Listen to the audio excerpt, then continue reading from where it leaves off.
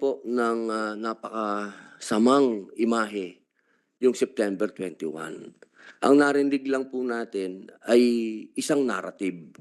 Alam niyo po, Chairman, sa mundong ito, dalawa dapat ang narrative na naririnig natin. Kung narinig na po natin yung isang narrative, okay.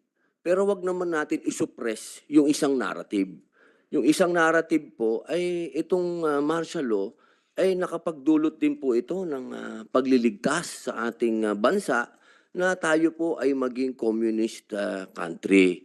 At marami din po tayong mga kasundaluhan ang nagbigay po ng buhay para maligtas po ang ating bayan na tayo po ay makubkob ng mga komunista. Kasi nung panahon po na yan, Chairman, ay malakas na malakas ang komunista sa Southeast Asia. Katulad po ng nangyari sa Korea, katulad po